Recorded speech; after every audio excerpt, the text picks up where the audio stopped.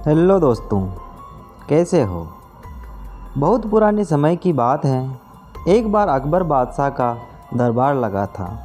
दरबार में सारे दरबारी, पंडित, मंत्री और सामान्य जन भी बैठे थे। उस समय दरबार में हंसी ठिठोली का माहौल छाया हुआ था। सब उसी में मशगूल थे। अकबर भी बहुत खुश नज़र आ रहे थे। लेकिन एक बात थी जो अकबर को हमेशा ही खटकती रहती थी। वह यह कि दरबार में सभी दरबारी बीरबल के फैसले से बहुत जलते थे। बीरबल के आगे उनके फैसले की एक न चलती थी। इसीलिए उन्हें बीरबल से बहुत ईर्ष्या थी। लेकिन वह बीरबल के सामने बोलने की हिम्मत जुटा नहीं पाते थे। बीरबल की दरबार में अनुपस्थिति होने पर अकबर हमेशा बीरबल की प्रशंसा के पुल बांधते रहते थे। जब बीरबल दरबार में अनुपस्थित रहता था तब दरबारी बीरबल के प्रति द्वेष का भाव रखकर अकबर बादशाह को भड़काने का काम करते रहते थे। लेकिन अकबर को बीरबल की चतुराई पर बहुत भरोसा था। दरबार में चल रही हंसी ठिठोली के बीच अकबर ने दरबारियों की परीक्षा लेने का मन ही मन विचार बनाया। उन्होंने सभी दरबारियों से शांत होने को कहा और बोले, ध्यान से सुनो, तुम सभी को मेरे एक सवाल का जवाब देना है। जो इस सवाल का जवाब सही देगा और उसे साबित कर दिखाएगा उसे मैं बीरबल की जगह अपना मंत्री नियुक्त करूंगा। अकबर ने कहा, देखो, तुम सबके लिए बहुत बढ़िया अवसर हाथ आया है। इससे तुम अपने मन के सभी अरमान पूरे कर सकते हो। यह सुनकर सभी दरबारी बहुत खुश हुए। अकबर ने फिर अपना सवालिया बाण छोड़ा और कहा, देखो, तुम्हें यह साबित करना है कि मनुष्य द्वारा निर्मित चीज़ ज़्यादा अच्छी होती है या कुदरत के द्वारा निर्मित। अकबर के मुंह से सवाल सुनते ही सभी दरबारी सोच में पड़ गए। अकबर ने उन्हें पूरे एक हफ्ते का समय दिया और कहा, अगले शुक्रवार को जब दरबार लगेगा तो तुम्हें खुद को सबसे श्रेष्ठ साबित करना है। सब दरबारी अपने अपने घर को हो लिए। सभी इसी सोच में डूबे थे कि इस बात को कैसे साबित किया जाए। लेकिन किसी ने इतनी चतुराई भी तो नहीं थी जितनी कि बीरबल में। सारे दरबारियों में से किसी को भी इस सवाल का हल नहीं मिला। तय समय के अनुसार फिर शुक्रवार के दिन राज दरबार लगा। सभी लोग अपने आसन पर विराजमान हो गए।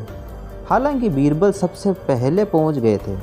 अब राजा ने एक एक कर सभी से सवाल का जवाब मांगा, पर सभी दरबारी, मंत्री, पंडित अपनी गर्दन झुकाकर खड़े हो गए। अब अकबर से रहा न गया। उन्होंने बीरबल से पूछा। बीरबल ने बड़ा ही चतुराई भरा जवाब दिया, जहाँ पना, इसमें कौन सी बड़ी बात है, इसका जवाब बहुत ही आसान है, अभी लीजिए, कहकर वे अपनी कुर्सी से उठकर बाहर चले गए। ये देखकर दरबारी में खुसर खुसर शुरू हो गई। एक कहने लगा, अरे ये क्या, बीरबल तो अकबर को जवाब देने के बजाय दरबार से उठकर बाहर चले गए। अकबर आराम से अपने सिंहासन पर विराजमान हो गए और बीरबल की प्रतीक्षा करने लगे। तभी एक कारीगर हाथों में पत्थरों से निर्मित एक फूलों का बड़ा सा गुलदस्ता लेकर आया और राजा को गुलदस्ता देकर जाने लगा। राजा ने गुलदस्ता हाथ में लिया। उसकी सुंदरता देखकर गुलदस्ते की बहुत तारीफ की और अपने खजाने के मंत्री को आदेश दिया कि इस कारीगर को 1000 स्वर्ण मुद्राएं इनाम में दी जाए। इनाम लेकर कारीगर खुशी खुशी बाहर चला गया। तभी अकबर के बगीचे का माली आया और एक बड़ा सा गुलदस्ता को राजा को भेंट किया।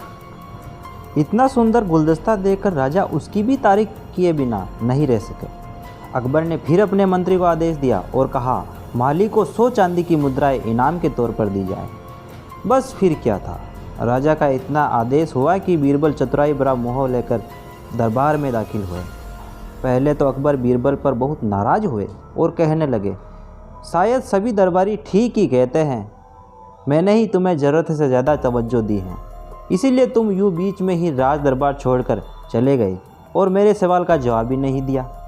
अकबर का इतना कहना ही हुआ कि बीरबल ने अकबर को प्रणाम करते हुए कहा, जहाँ पना, आप कुछ भूल रहे हैं। अभी अभी जो 2 कारीगर यहाँ उपस्थित देकर गए हैं उन्हें आपके पास भेजने के लिए ही बाहर गया था। आपने ये कैसा न्याय किया है 2 कारीगरों के साथ? एक को 1000 स्वर्ण मुद्राएं और दूसरे को सिर्फ 100 चांदी की मुद्राएं।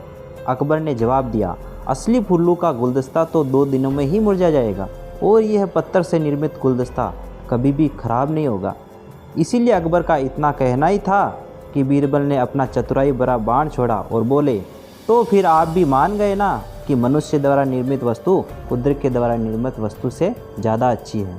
अब जहाँपना की बोलती ही बंद हो गई। वे बीरबल की चतुराई देखकर मन ही मन मुस्काए और फिर से अपने सिंहासन पर बैठ गए। सिंहासन पर बैठकर अकबर ने फिर एक बार बीरबल की खुले दिल से तारीफ की और सब दरबारी अपना मुँह लटकाकर अपने अपने कुर्सी पर बैठ गए। एक बार फिर बीरबल अपनी चतुराई दिखाने में कामयाब हो गए। तो दोस्तों, आपको मेरी कहानी कैसी लगी? अगर मेरी कहानी आपको पसंद आई हो तो प्लीज़ मेरे चैनल को सब्सक्राइब करना ना भूलें।